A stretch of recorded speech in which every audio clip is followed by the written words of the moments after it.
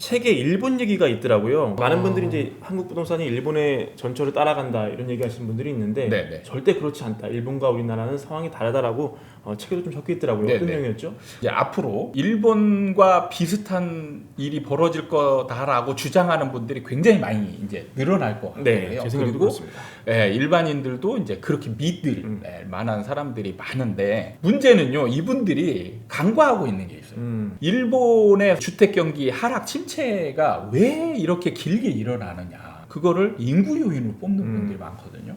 그러니까 인구가 지금 일본이 인구가 이제 줄고 있으니까 뭐 집이 그냥 남아돈다. 네. 이런 식으로 연결을 하거든요. 근데 일본의 지금 빈집이 어느 정도냐면 1000만 채 정도 있거든요. 그렇게 많아요? 네, 1000만 채 정도의 빈집이 있는데, 그럼 느닷없이 일본 빈집이 인구 감소로 인해서 1000만 채가 생겼는지 예. 이거에 대한 검증은 아예 안 하는 거예요. 그러니까 우리나라는 지금 약 100만 채 정도의 빈집이 있습니다. 우리나라도 좀 있네요, 그래도.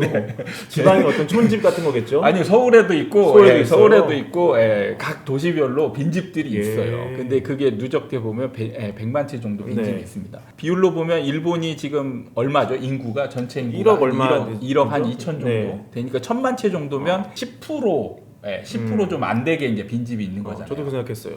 그럼 우리나라에 만약에 일본처럼 막 이런 침체 빈집으로 본다면 약 500만 채. 네. 500만 채 정도 빈집이 생겨야 이제 그런 비슷한 상황으로 갈 수 네. 있는데, 저는 이 부분에 있어서 절대 그럴 일이 없다. 왜 그렇습니까? 이분들이 간과하고 있는 1000만 채 빈집이 갑자기 생긴 부분에 대해서 이해를 못 하고 있는 거죠. 예. 이 부분에서 우리나라와 차이가 있는 거는 뭐냐면 정책의 차이가 있는 거예요. 집값이 하락할 때 네. 집을 계속 지어버렸어요. 계속 지었어요? 네, 정책적으로. 어. 그냥 일부러 막 지어버린 거예요. 예. 그러니까 안 사는데 계속 지으니까 빈집이 늘어날 수밖에 없는 거죠. 근데 우리나라 같은 경우는 안 사잖아요. 침체되면 이걸 막 밀어붙이지 않아요. 그렇죠. 공급을 막 늘리려고 밀어붙이지 않거든요. 밀어붙이면 안 되는 거예요. 우리나라는 그 정부는 망하는 겁니다. 그래서 자연스럽게 신규 공급이 줄어들게 돼요. 그러면은 누적된 빈집이 생기지 않게 되거든요. 그리고 핵심 지역에 빈집들이 생겨야 되는데 일본은 이제 신도시에 해당하는 그런 집들이 막 빈집들이 많이 생겼고, 그렇다면서요. 근데 우리나라는 지금 그런 게 아니고 빈집들이 슬럼화된 지역에 빈집이 생긴단 말이에요. 빈집이 무조건 생긴다라고 시장에 영향을 주는 게 아니에요. 지금 우리나라도 100만 채 빈집이 있지만 시장에 거의 영향을 안 주거든요. 그럼 그런 빈집들이 말씀하신 것처럼 시골에 있는 집, 아니면 서울에 같은 경우는 이제 슬럼화된 재개발 재건축이 진행되는 그런 지역에 이제 이미 사업이 실행되려고 하는 그런 지역에 이제 빈집들이 생기는 거예요.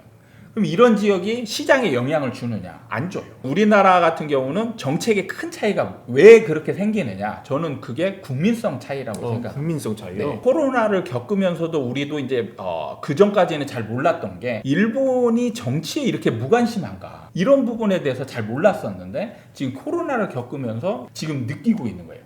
그러니까 아베 정부 때 경제 정책을 굉장히 잘못 썼다라는 비판적인 얘기가 나오고 있는데 굉장히 오랜 기간 잘못된 정책을 썼단 말이에요. 그럼 우리나라 같은 경우 이런 상황이 되면 난리가 났을 거예요.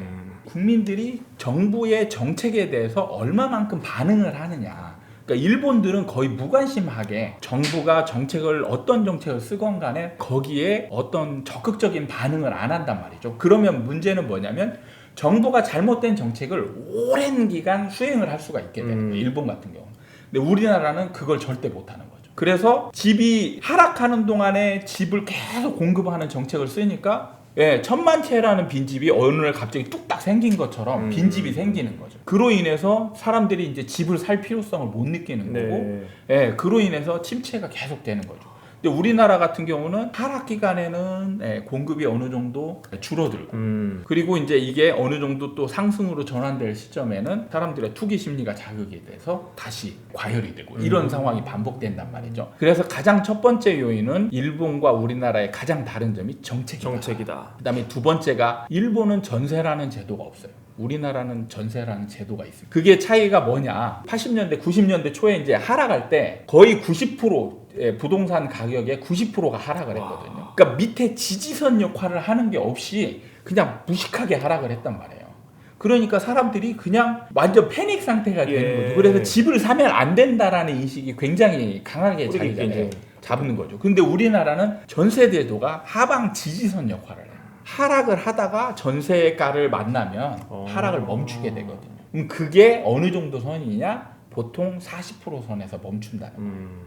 그래서 제가 항상 하락할 때 어느 정도 하락합니까? 라고 물어볼 때 40% 정도 선에서 이제 하락을 멈추게 됩니다. 라고 얘기하는 게 바로 전세가와 근접하는 구간, 그 구간이 바로 40%, 고점 대비 40%.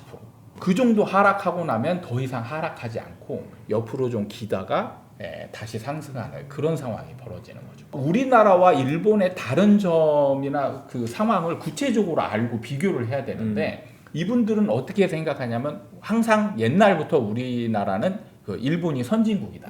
그래서 우리나라는 항상 일본을 뒤따라가서 한 10년에서 20년 정도 뒤따라가는 그런 패턴을 그려왔다. 라고 얘기를 하면서 경제도 그렇고 주택도 그렇다. 이렇게 얘기를 하는 거예요. 그러면서 이제 일본의 집값이 이렇게 인구 감소로 인해서 계속 하락 상황을 그려왔으니까 우리나라도 이제 그렇게 갈 것이다. 근데 지금까지 인구 감소가 없었잖아요. 우리나라가. 그래서 일본하고 지금 다른 상황이었는데 이제 시작됐죠.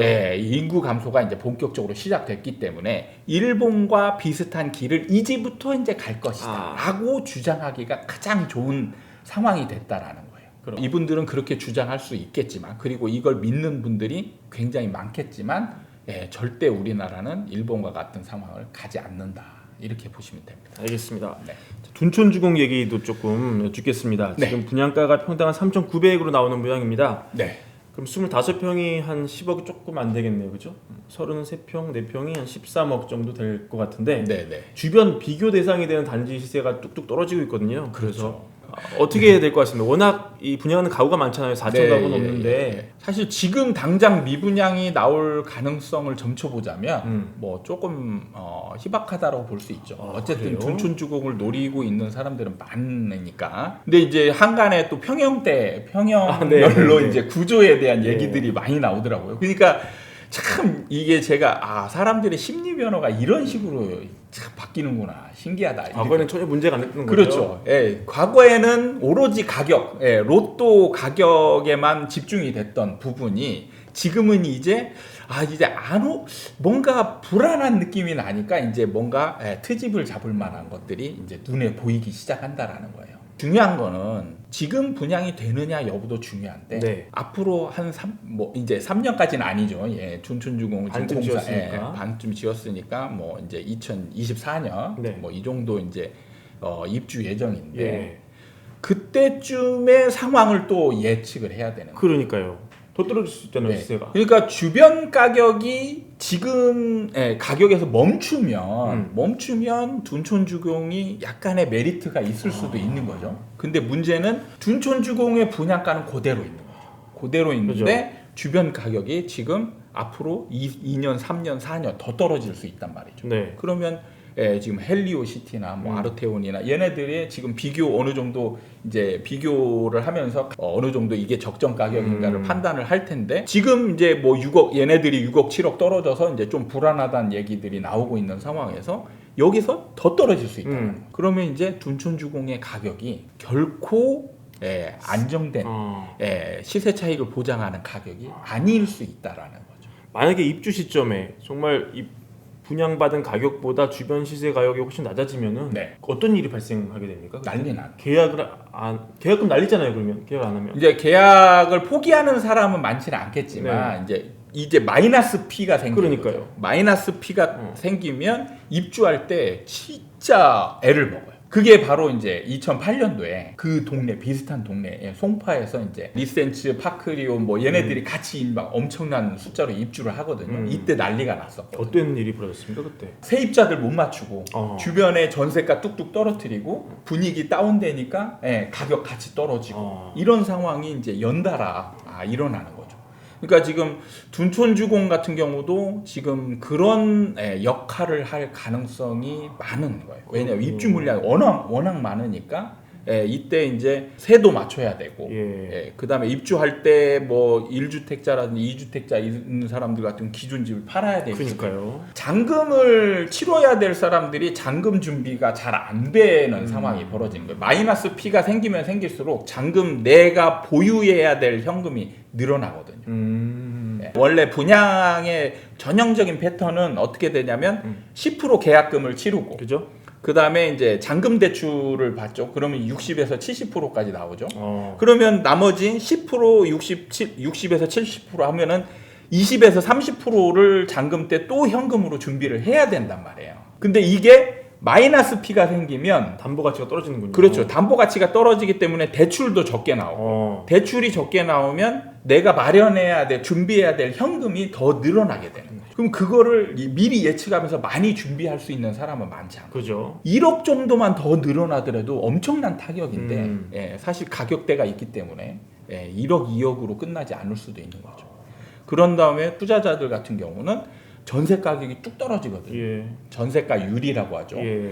분양가에 보통 한 50%, 60% 잡고 가거든요. 그죠. 그러면 내가 이제 나머지 금액 현금으로 보유 이제 준비하면 되는데 이 전세가율이 뚝 떨어지는 거예요. 30% 30%, 40%이 정도. 그러면 내가 추가로 보유해야 될 부담이 10%, 20% 늘어나는 거예요. 그러니까 이제 힘들어지는 거예요. 그리고 이게 이제 세대수가 많다 보니까 서울 전체에 파장이 미칠 영향이 커지는 거죠. 1000세대 미만이다. 그러면 영향이 약하죠. 근데 전체 12,000가 그러니까요. 어마어마한 거예요. 이런 것들이 이제 나중에 입주할 때 상황을 주도할 가능성들이 크다. 이렇게 보시면 돼요. 자, 그러면 아까 평당 3,900 가정하고 옵션비 등이 좀 많이 들겠죠, 그렇죠? 네, 많이 그렇죠. 설정을 했더라고요. 네.